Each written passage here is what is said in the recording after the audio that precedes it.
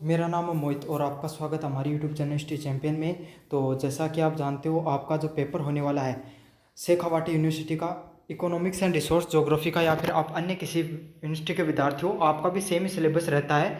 Economic and resource geography का अगर paper है तो ये वीडियो आपके लिए बहुत ज़्यादा महत्वपूर्ण है। इसमें मैं आपको वेरी शॉर्ट टाइप जो छोटे वाले प्रश्न होते हैं वो करवाने वाला हूँ। जाने से पहले वीडियो जरूर से देखकर चले जाना है। एक बार पहला प्रश्न है, आर्थिक भूगोल को परिभाषित कीजिए। तो आर्थिक भूगोल है, उसको परिभाषा को बताना आपको। तो आर्थिक भूगोल क्या होती है भाई? आर्थिक क्रियाओं का भूगोलिक अध्ययन क्या कहलाता है? आर्थिक भूगोल कहलाता है। मतलब अगर कोई भी एक जगह है जहाँ पर बाढ़ आ गई और बाढ़ के कारण वहाँ पर कितना नुकसान देखने को मिला, कितना जो अब बाढ़ आई है तो नुकसान तो होगा ही होगा, ये तो बड़ी बात है। लेकिन उस जगह की ज़मीन भी उपजाऊ हो जाती है साथ साथ मिट्टी के साथ, तो उस चीज़ से उपजाऊपन से भी लोगों को कितना फायदा हुआ है, तो इस चीज़ का आकलन करना है क्या कहलाता है? आर्थिक भूगोल के नाम से जाना जाता है। मतलब आर्थिक क्रियाओं का भूगोलिक अध्ययन करना ही आर्थिक भूगोल के रूप में उसको जानते हैं। आर्थिक भूगोल का स्वरूप क्या होता है? मतलब क्या रूप स्वरूप है आपका आर्थिक भूगोल भूगोल का? तो इसमें देखो, उस आर्थिक भूगोल का सिर्फ एक स्वरूप नहीं होता, इसके कई स्वरूप हैं, जिसमें आप सामाजिक ज्ञान भी देखने को मिलेगा, आपको विज्ञान भी देखने को मिलेगा, आपको देखने को मिलेगा आर्थिक शास्त्र भी। तो अलग अलग प्रकार के जो अनुप्रयुक्त और सामाजिक विज्ञान दोनों के दोनों चीज़ें वो इसके अंदर आपको देखने को मिलते हैं।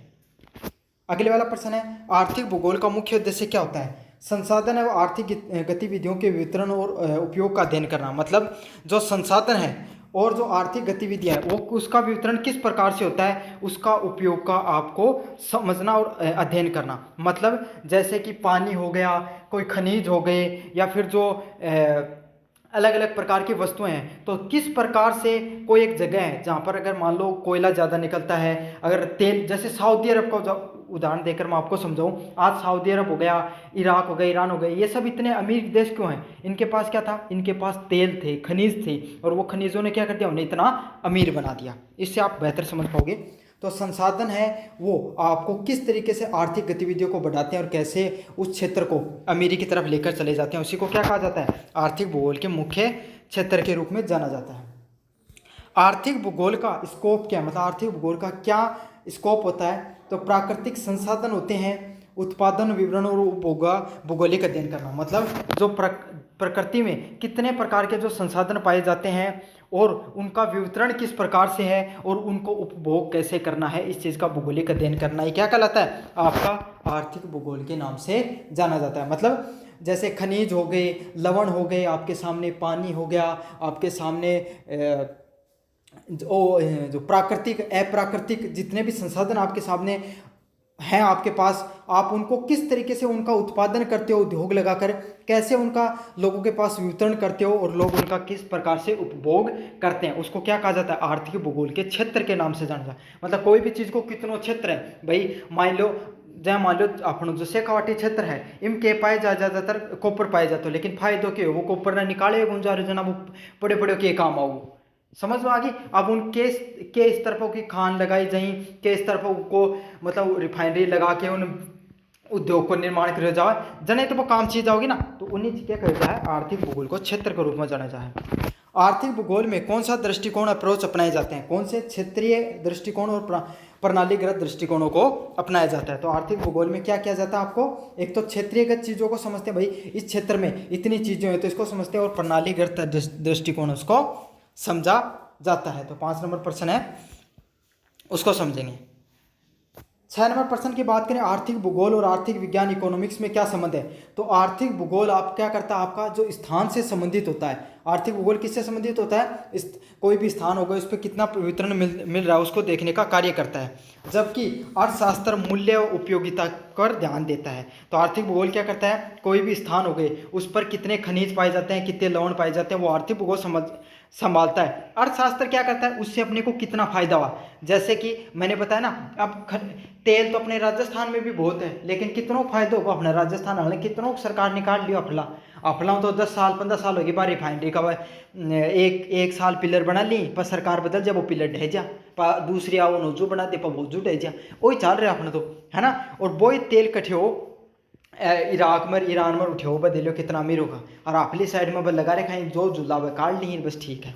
तो यही होता है कि आर्थिक भूगोल देखता है कि वहाँ पर खनिज है, वो खनिज पाया जा रहा है, वो देखता है आर्थिक भूगोल। अर्थशास्त्र देखता है कि उसको कितना फायदा हो रहा है उस चीज़ से।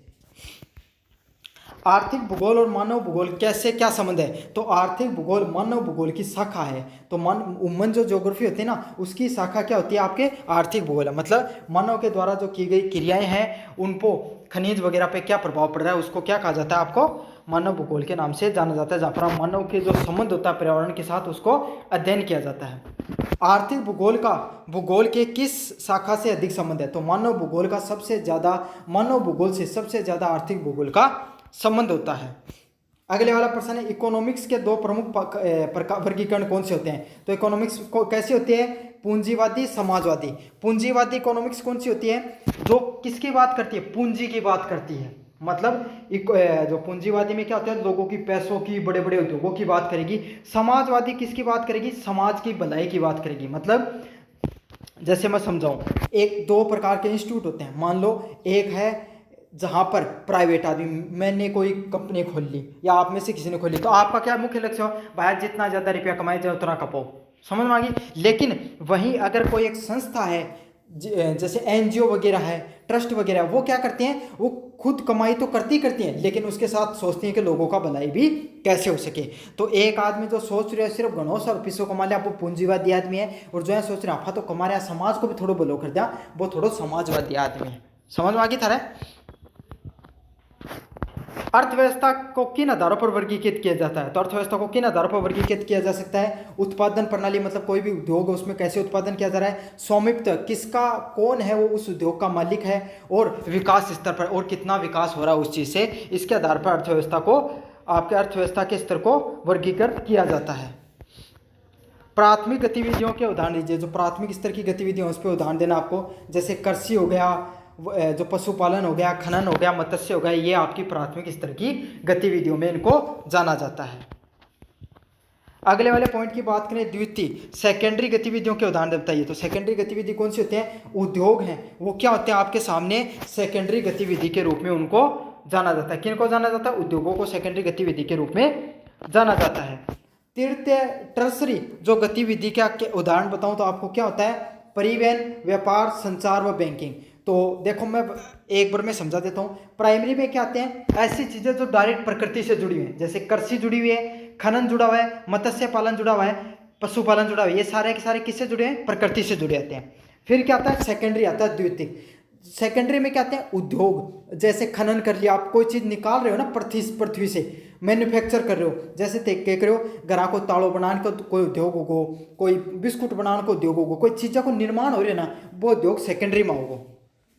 टर्सरी तृतीयक में कोर्स है जो सेवा दे रहे हैं। जैसे हमारे को डॉक्टर है तो वो थन के वो आपको दिमाग यूज करके क्या करोगे? कोई भी आदमी आपको दिमाग यूज करके पिसो कमा रहे है, वो क्यों है? टर्सरी में हो। जहाँ डॉक्टर हो, जहाँ टीचर हो, जहाँ मैं पढ़ा रहे हूँ वो हो, ये सब चीज़ें किस में आती है? टर्सरी में आती हैं, जहाँ पे व्यापार, संचार, बैंकिंग, परिवहन जैसी चीज़ें आती हैं। मुझे उम्मीद है आपको चीज़ें समझ में आ गई होंगी। चतुर्थ में कौन सी आती हैं? उन चतुर्थ में मतलब क्या, और भी तगड़ी चीज, मतलब रिसर्च कर रहे हैं लोग, अनुसंधान करके चीजें कमा रहे हैं, उन चतुर्थ श्रेणी बोले जा जाए शिक्षा, अनुसंधान व सूचना प्रौद्योगिकी है, वो इसके उदाहरण में आती हैं। मिश्रित इकोनॉमी कौन सी होती है? जहां पर दोनों के गुण पाए जाए। मतलब जैसे पूंजीवाद पिसो कमान की बात करी जा रही कि थोड़ा थोड़ा पिसो समाज में भी बांट दी जा, दोनों की बात है। अब बात करेंगे यूनिट नंबर 2 की, संसाधनों को कितने भागों में वर्गीकृत किया गया? तो संसाधनों को 2 भागों में वर्गीकृत किया जाता है। अगले वाला प्रश्न है, काला सोना किसे कहते हैं? तो कालो सोनो से सोचो वह कालो सोनो को नहीं जो इंस्टाग्राम के रीला पे देखा करो, ना ना ना, यो है जो ज्योग्राफी की किताबों में बात करी जाए, वो कौन सो? पेट्रोलियम। क्यों कहा जाता है इसको काला सोना? क्योंकि सबसे ज्यादा उपयोगी चीज होती है सोने की तरह। बॉक्साइट प्राप्त करने का मुख्य एक्स कौन है? वो एल्यूमिनियम। किससे प्राप्त होता है आपके सामने? बॉक्साइट से एल्यूमिनियम को प्राप्त किया जाता है। डोलामाइट के प्रमुख उपयोग कहाँ पर किया जाता है? तो इस ताप का जो उद्योग होता है उससे डोलामाइट का प्रमुख उपयोग किया जाता है। वर्ल्ड एनर्जी क्राइसिस के मुख्य कारण क्या होते हैं? तो पूरी दुनिया में जो एनर्जी है उसके क्राइसिस के मुख्य कारण क्या होते हैं? मांग अधिक होती है और आपूर्ति कम। तो भाई मान लो थारा घना आज क्यों हो, कोई गांव में जिम्मन वालो स्वामणी मान लो कोई थारा मंदिर पे है ना। अब क्यों हो स्वामणी तो चल रही, तो स्वामणी गांव को भाई साहब बैठा के 1000 एक आदमी को केक बनाए खाना बना लियो। मान लो एक छोटो सा उदाहरण दूँ, हजारों तो कठे काम चल रहा है कोई गाँव में, 2-1000 रुपया को 2-1000 आदमी मतलब छोटी सी कोई डाणी है उस। अब क्यों गाँव में कोई टूर्नामेंट करवा दियो साथ के साथ, बोले टूर्नामेंट भी करा दिया। अब भाई टूर्नामेंट हो पॉपुलर, आदमी आगा 3000, समझ मांगो खानो बनाए 2000 को, आदमी आगा 3000, तो क्यों को मांग की कमी होगी, मांग ज्यादा होगी और सामान हो कम, तो क्यों को एनर्जी की क्राइसिस आगी कि मांग तो अधिक होगी और आपूर्ति पड़ेगी कम। तो इसी को क्या कहा जाता है, वर्ल्ड एनर्जी क्राइसिस के नाम से जाना जाता है। वैश्विक ऊर्जा क्राइसिस ने केवल इंग्लिश में मन को हिंदी को बेरे चीज की। जल विद्युत किस प्रकार का ऊर्जा है, तो किस प्रकार का, नॉन कन्वेंशनल। देखो 2 प्रकार का, नवीनीकरण और नॉन मतलब अनवीनीकरण। तो नवीनीकरण कौन सा है, नवीन समझ लो जना बार बार बनास कहाँ सौर ऊर्जा है ना, आपकी जो वायु ऊर्जा, जल ऊर्जा, भूतापीय ऊर्जा। और नॉन ये किसका, तो जल विद्युत किसका उदाहरण होता है आपका, नॉन कन्वेंशनल का उदाहरण होता है, जिसमें आपके सामने जल विद्युत आ गया, आपके सामने ये कोयला से विद्युत बनती है, वो भी इसका ही उदाहरण होता है। भारत में सबसे बड़ा लो एस्क उत्पादन वाला राज्य कौन सा है, उड़ीसा है, वो सबसे ज्यादा उत्पादन वाला है। संसाधन संरक्षण का मुख्य उद्देश्य क्या होता है भाई, संसाधन बचाने को मुख्य उद्देश्य क्या है, उनको संतुलित उपयोग करना। तो केवल उनको भाई संतुलित तरीकों चीजों को उपयोग करना, उन्हें बचाने को मुख्य उद्देश्य हुआ है। 9 नंबर प्रश्न है, मैग्नीज का उपयोग किस उद्योग में होता है। तो मैग्नीज का उपयोग किस उद्योग में होता है, इस्पात उद्योग होता है, उसके अंदर मैग्नीज का सबसे अधिक उपयोग में आता है। वो कौन सा उद्योग में आता है, मैग्नीज है, वो इस्पात उद्योग में सबसे ज्यादा उसको उपयोग में लिया जाता है। 10 नंबर प्रश्न है, चूना पत्थर का सबसे अधिक उपयोग कहां पर होता है। सीमेंट निर्माण में चूना पत्थर का सबसे अधिक उपयोग में होता है। सतत विकास का अर्थ क्या है, तो सतत विकास क्या, लगातार कोई भी चीज का विकास होना क्रमागत तरीके से। मतलब आपके पहले थारो दादो हो, तार एक जमीन ही मान लो, पहले थारो दादो बोई, ठीक है, फिर थे पिताजी बोन लगा, और अब थे बोन लगा, फिर थारा दादा परदादा बोन लगा, समझ में आ गई, यो है सतत विकास। अब पहले भी हम 10 किलो अनाज है करते और अब भी 10 किलो है, आगे भी 10 किलो हो, यो होगा सतत विकास, समझ में आ गई। आप बताओ सतत विकास कौन सा है, पहले थारा हो कुओं, समझ में आ गई। अब कुओं पहले हो भाई 20 फुट पे, 20 फुट तो को नहीं आया, मान लो 70-80 फीट पर पहले कुआ आया करता, तो 70-80 फीट पर कुओं हो, पानी आ जाया कर। तो अब क्या हो, थालो दादो जीता थालो दादो जानो पहले, थालो कुओं पहले पानी देना बंद करती हो, दादो तो बाद में गयो, पहले थार गाँव कुआ को पानी गयो, ठीक है। फिर के थे कुओं खुदवायो, इतना कितो फुट पर करवायो, 250 फुट पर खुदवायो। अब थाला पिताजी बुढ़ापो बाद में देखेंगे, पहले 250 फुट वाला कुआ को पानी खत्म होने पहले देखेंगे, समझ में आगा। तो अब क्या होगा, अब थाना और भी डूंगो कराना पड़ेगा। तो यो क्यों हो रहा है, यो अपनो एक सतत विकास को ले रहे हो, यूं प्रकृति का संसाधन को क्यों हो रहा है, नुकसान होते चले जा रहे हैं, समझ में आ गई। सतत विकास को दान कौन सो, पहले भी था जमीन 10 किलो पैदा करा करती, आज भी 10 किलो पैदा करे, समझ में आ गया। मतलब ऐसे संसाधनों का जहाँ पे पहले भी कुछ पीढ़ियां पहले भी वही चीजें चल रही थी और आज भी वही चीजें चल रही हैं। भारत का सबसे बड़ा कोयला उत्पादन करने वाला राज्य कौन सा है, तो कौन सा, झारखंड भारत में सबसे पहले कोयला उत्पादन करने वाला राज्य है। ऊर्जा संकट से बचने का सबसे अच्छा तरीका क्या होता है, अपरंपरागत ऊर्जा विकास करना। मतलब जहाँ मान लिया अपरंपरागत कौन सा है, आजकल सौर ऊर्जा, देखो सौर ऊर्जा लागनी शुरू की, पवन ऊर्जा होगा, भूतापीय ऊर्जा होगी, हंड को यूज करना शुरू करो। परंपरागत कौन सा है, कोयला की ऊर्जाओं, अपना जो था लाइट आ रही है ना घर, कोई तो कोयलाओं बनेड़ी होगी और के बनेड़ी होगी, अपने जल ऊर्जाओं, समझ में आ गई। तो इनसे ही मुख्यतः ऊर्जा बनती है। तो ऊर्जा संकट से बचने के लिए हमें क्या करना पड़ेगा, अपरंपरागत तरीके से अपनाना पड़ेगा। परमाणु ऊर्जा किससे प्राप्त होती है, तो परमाणु ऊर्जा क्या हुआ भैया, यूरेनियम और थोरियम से, समझ में आ गई। यूरेनियम को नाम सुने वो साइंस में कदे पढ़ता जा, मेरे वीडियो के लिए दिखा लास्ट टाइम में, यह भी बात सही है, लेकिन याद कर लो यूरेनियम और थोरियम है, उससे जो परमाणु ऊर्जा वो प्राप्त होती है। विश्व ऊर्जा संकट का प्रभाव किस पे पड़ता है, तो विश्व ऊर्जा संकट का प्रभाव कहाँ पर पड़ता है, कृषि पर पड़े, उद्योग पर पड़े और व्यापार पर पड़े। तो एक बात सोचो, मान लो थारे गांव में खेत है, खेत में पानी लगाओगे यदि तो फसल होगी। अब मान लो 10 दिन तक गर्मी को टाइम पड़ रहा है, गेहूं की फसल बारे की पानी की सख्त जरूरत है, और लू पड़ रही है, लू चल रही है एक जात की, तो अब मान लो थार लाइट ही नहीं आई 10 दिन तक, तो क्यों होगो, गेहूँ तो जाता रही है ना। तो यही बात है। तो ऊर्जा संकट रगो तो क्या रगो, जो थारे कृषि पर भी प्रभाव पड़ेगा, उद्योग तो चलने बिना लाइट क्यों होगा, और व्यापार पर भी प्रभाव पड़ेगा। यूनिट नंबर 3 की बात करें, झूम खेती किस प्रकार की खेती। अगले वाला क्या, झूम खेती किस प्रकार की खेती का उदाहरण है। तो आदिम खेती, आदिम खेती को ना शिफ्ट करने वाली खेती, मतलब क्या करो मैं थाने इको मतलब थारा गाँव वाली खेती समझा दूंगा और टेक्निकल समझा दूंगा।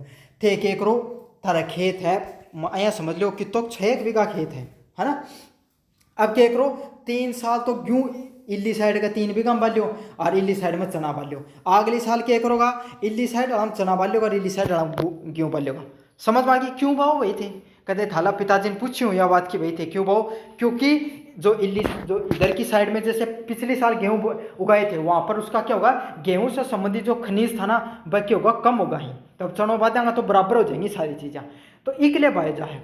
अब क्या है कर, तो पहले तो इतनी देखो लोगों का टेक्नोलॉजी कौन थी, दिमाग भी कौन थोड़ी, जमीन घनी बहुत थी। अब तो जमीन फिक्स है, थाला काकाली थोड़ी जमीन में थे जाके बास को, तो पहले तो जमीन नहीं पड़ी रहा करती। तो क्या कराया करता लोग, जो जंगल उगया करता ना, हूँ जंगला में जमीन पे जितनी उनका मनमाती बोले लो लठ काट दियो, इतनी दूर में आपा फसल करांगा। तो क्या कर देता, सारा पेड़ काट देता और पेड़ काट के उन्हें जड़ा जुड़ू के राख रूख करके और फसल उगा लेता। 3-4 साल उगाता, अब होना है तो बेरो को नहीं होगी भाई, खनिजा की कमी की चीज़ है। अब उगाया जाता और एक दिन आता उगनो कम हो जातो, जना उनका समझ में आ जाती, जा खता रामलाल क्या ले टेंशन ले, जमीन घनी पड़ी इन में बाले समझ में आ गई ना। तो इन्हीं कौन सी खेती कही जाए, शिफ्टिंग खेती के नाम से जानी जाए। विश्व में सबसे अधिक धान उत्पादन करने वाला देश कौन सा है। तो विश्व में सबसे अधिक धान उत्पादन करने वाला देश कौन सा है, चाइना। चाइना में सबसे ज़्यादा धान उत्पादन हुआ है, फिर भारत में हुआ है। गेहूं किस प्रकार की फसल कहा जाता है। तो शीतकालीन फसल है, रबी फसल के नाम से जाना जाता है। चाय के उत्पादन के लिए जलवायु की आवश्यकता होती है। तो चाय का उत्पादन के लिए कहीं क्यों जलवायु होनी चाहिए, पहली बात है बारिश ठीक ठाक होनी चाहिए, आर्द्र जलवायु होनी चाहिए। आर्द्र जलवायु कहीं हो जठे ह्यूमिडिटी हो जाए, बारिश का मौसम अपना जो मौसम हो जाएगा है ना, थोड़ा थोड़ा मतलब नमी देखने मिले थे को सारा कपड़ा, सारा अपना जो कपड़ा वगैरह भी कौन सूखी एकदम अपना वो रहे स्किन पर, मतलब ह्यूमिडिटी रहती है, आर्द्रता रहती है। कॉफ़ी का सबसे बड़ा उत्पादन करने वाला देश कौन है। तो कॉफ़ी सबसे ज़्यादा कौन से देश में होती है, ब्राज़ील में होती है, कोका पाउडर से बनती है आपकी। कपास को किस प्रकार की फसल कहा जाता है। तो कैश क्रॉप से, नगदी फसल का नाम में जाना जाए। क्यों, कभी जाके चाहे मंडी में दियो 2 रुपया जल्दी मिल जाएगा, समझ में आ गई, और बढ़िया रुपया कमा के देवा, एक लिए नगदी फसल के रूप में जाना जाए। अच्छा, इसका इसलिए भी कहा जाता है क्योंकि जब मान लो ये जितना बड़ा बड़ा आज थे उद्योग देखो, जो आज तो आप इंस्टाग्राम पे कोई रील बना के कमा ले, कोई क्या पे कमा ले, सदा थोड़ी है नियम। पहले तो क्या है, सबसे पहले क्या का उद्योग स्थापित होया, लोह का उद्योग के बाद में सबसे ज़्यादा सूती वस्त्र का उद्योग भारत में ज़्यादातर देखने मिला कर। तो क्या है कर, तो कोई भी आदमी ने भाई सूती वस्त्र में कॉटन चाहिए, तो कोई आदमी कॉटन होगा तो वो तुरंत मंडी में जाके दिया तो तुरंत रुपया मिल जाया करता। जनाई को नाम का नगदी फसल। अगले वाला है, गन्ने से प्रारूप मुख्य रूप से कौन सा उत्पाद प्राप्त होता है। तो गन्ने से प्रमुख कौन सा उत्पादन मिला है। तो थाने पे चीनी गुड़ी बनेगो शक्कर। मिश्रित खेती, मिक्स्ड फार्मिंग से क्या उगाया जाता है। तो मिश्रित खेती कौन सी है, जटे फसल भी उगा ली और साथ के साथ एक आध पशु भी रख ली, तो उनके कहा जाता है पशुपालन और फसलें दोनों प्रकार की उगाई जाती हैं, उसको क्या कहा जाता है, मिश्रित कृषि के नाम से जाना जाता है। विश्व के सबसे बड़ी मवेशी उत्पादन वाला देश कौन सा है। तो सब ज़्यादा डांडा और कठे रखी अपने भारत में रखे हैं। थे भी क्या करो ना कि भाई जी मैं तो यहाँ आए कि खेती को तो क्या खेती में तो कि मेरे बच्चा को नहीं एक आध ढांडो जरूर लग जाए भाई बात है। इसी को कौन सी खेती कहा जाता है। आप थे जितना भी तारा वीडियो देख रहा हूँ, अधिकतर लोगों का खेत होगा, खेती करो हो तो थे कौन सी खेती करो, मिश्रित खेती करो। ग्रीन रेवोल्यूशन किस फसल से जुड़ी है। तो गेहूं और चावल से मुख्यतः जुड़ी हुई है। 2 चरना मोइथिया, समझ में आ गई। खाद्य सुरक्षा का मुख्य उद्देश्य क्या होता है। तो यहाँ है खाद्य सुरक्षा सभी को पर्याप्त और पौष्टिक भोजन उपलब्ध कराना, मतलब सारा लोगों ने एकदम खाद्य पदार्थ मिल जाते हैं। आप थे मनाला दिन लिया हो ना 1 तारीख 2-3 तारीख ने डीलर कन जाके खड़े जाओ, हाँ भाई क्यों देते मन तो के खाद्य सुरक्षा योजना में जुड़ रहे हो। इको क्या उद्देश्य है, जन लोगा कन ग्यू नहीं ही जन लगन मतलब अनाज उत्पाद मतलब इतना नहीं हो पावा है जितनी उन्हें जरूरत है, वह लोग योजना से जुड़ सके और अनाज गेहूं है वो लेकर आ सकते हैं। तो इसका मुख्य उद्देश्य क्या होता है, सभी लोगों को पर्याप्त और पौष्टिक भोजन मिल सके। प्लांटिंग एग्रीकल्चर का मुख्य उदाहरण कौन से होते हैं? तो कौन से का होता है? चाय, कॉफी व रबर है, ये क्या होते हैं? प्लांटिंग एग्रीकल्चर के नाम से जाना जाता है। मतलब प्लांटिंग एग्रीकल्चर मतलब एक बहुत बड़ा बड़ा मतलब जो फार्म में ले लिया जाए ही और उनके एक ही फसल बाई जाए, समझ में आ गई? उनके कहा जाए चाय, कॉफी, रबर की खेती कहा जाता है, की जाती है और उसको प्लांटिंग खेती के नाम से जाना जाता है। विश्व की सबसे बड़ी कृषि प्रॉब्लम क्या है? कृषि समस्या क्या है? खाद्य असुरक्षा। मतलब सभी लोगों के पास है वो खाना है वो नहीं पहुंच पाता है, इसको क्या कहा जाता है? खाद्य असुरक्षा के नाम से जाना जाता है। शुष्क क्षेत्रों में किस प्रकार की कृषि पद्धति अपनाई जाती है? तो शुष्क खेती अपनाई जा। भाई शुष्क क्षेत्र नहीं जा अपना, राजस्थान में जैसलमेर है, समझ में आपको, उठे के उगा ज्यादातर राई होगी या आपका सामने जीरो होगो, अये की फसल होगी जिन्हें पानी की कम जरूरत पड़े। बाजरो होगो, मक्का तो कौन होगा? मक्का तो चित्तौड़गढ़ साइड में उग्या करे, तो बाजरो होगो जठे मोटो अनाज ज्यादातर उगो, समझ में आ गई। और बात किस प्रकार की खेती है? शुष्क कृषि के नाम से जाने जाऊँ। भारत में सबसे ज्यादा गन्ना का उत्पादन कहाँ कौन से क्षेत्र में होता है? तो उत्तर प्रदेश में हुआ है सबसे ज्यादा गन्ना का उत्पादन। क्यों? पानी सबसे ज्यादा है, फसल जमीन उपजाऊ है, जना गन्ना का उत्पादन सबसे ज्यादा उठे ही देखने मिला है। उद्योगों का वर्गीकरण किस आधार पर किया जाता है? तो उद्योगों का वर्गीकरण भाई बताओ किस आधार पर करो जाए? कच्चा माल का आधार पर, स्वामित्व का आधार पर, आकार का आधार पर। कितो बड़ो उद्योग है, कितो कच्चो माल लाग रहा है, कितनों स्वामित्व, ये आधार पर उद्योगों को वर्गीकरण करो जाए। अगला है लो स्टाप उद्योग किस प्रकार का उद्योग है? तो लो स्टाप उद्योग है कोई भी इंडस्ट्री है, कोई भी उद्योग है थे और छोटो उद्योग छोटो थारे घर की कोई चीज है कि जिका को कोई आदमी थारे घर जनका घर लोग की एक ही चीज को नहीं कोई को ना सब कठे ना तो जाना ही। तो इंडस्ट्री तो सारी क्यों बनी रहे हैं? लोहा सब बनी रहे हैं या स्टील सब बनी रहे हैं। तो एक लिए कहे जाने आधारभूत उद्योग का नाम से जाने जाए कि भाई लो तो चाहे वो सब क्या।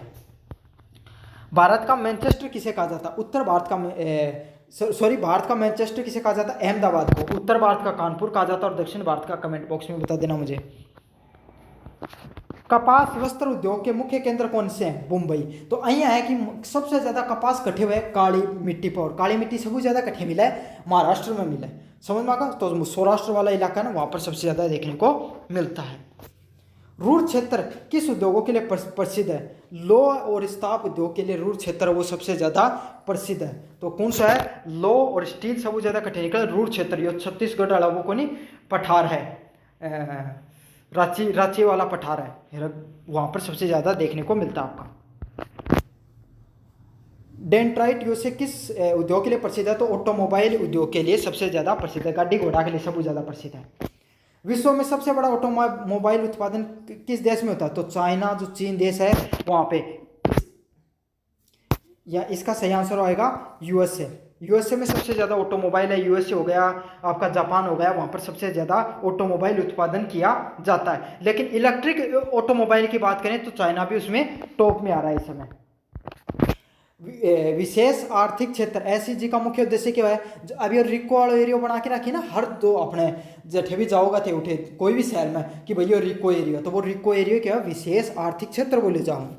उसको क्या अर्थ हुआ है भाई? उद्योग और व्यापार बढ़ावा देने के लिए क्या बनाया जाए? विशेष आर्थिक क्षेत्र को निर्माण करी जाए। अगले वाला है बेंगलुरु किस क्षेत्र के लिए प्रसिद्ध है? तो बेंगलुरु किस चीज के लिए प्रसिद्ध है? आईटी सेक्टर के लिए, आईटी उद्योगों के लिए, आई टेक्नोलॉजी से संबंधित उद्योगों के लिए प्रसिद्ध है। क्या कौन सी जगह? बेंगलुरु। विश्व का सबसे व्यस्त समुद्री मार्ग कौन सा है? तो उत्तरी अंटार्कटिका मार्ग है वो सबसे ज्यादा व्यस्त मार्ग माना जाता है। सबसे तेज परिवहन का साधन कौन सा है? वायु मार्ग। सबसे तेज तो जगह पहुंचाते, और अगर मान लिया आप पड़ी पास जाते सब तेज ऊपर भी पहुंचाते, दोनों काम तेज जी करायो। कौन सा? वायु मार्ग। सबसे बड़ा रेलवे का नेटवर्क कहां पर कौन से देश में है? आपके सामने अमेरिका में। और उसके बाद में भारत का दूसरा स्थान आता है सबसे बड़े रेलवे नेटवर्क के मामले में। भारत की अर्थव्यवस्था की जीवन रेखा किसको कहा जाता है? रेलवे को। था लागती कि रेलवे की मतलब जो रेलवे है वो सबसे ज्यादा कमाई क्यों करे? था लगा ना कि पैसेंजर हो ना माल गाड़ी चाहिए ना सबसे ज्यादा कमाई करेंगे। तो भारत की अर्थव्यवस्था की जीवन रेखा किसको बोला जाता है? रेलवे को बोला जाता है। आईटी उद्योग को किस नाम से जाना जाता है? फुटलेस उद्योग के नाम से जाना जाता है। भारी और विशाल वस्तुओं के लिए सबसे सस्ता परिवहन कौन सा है? जलमार्ग उद्योग परिवहन। क्यों? क्योंकि थान मेरे बड़ी बड़ी जो शिप होने पर कितना कितना कंटेनर धर के जाए जाएंगे। तो ये तो था कंप्लीट आपका इकोनॉमिक एंड रिसोर्स ज्योग्राफी से संबंधित जितने भी इंपॉर्टेंट क्वेश्चन है मैंने सारे के सारे करवा दिए हैं।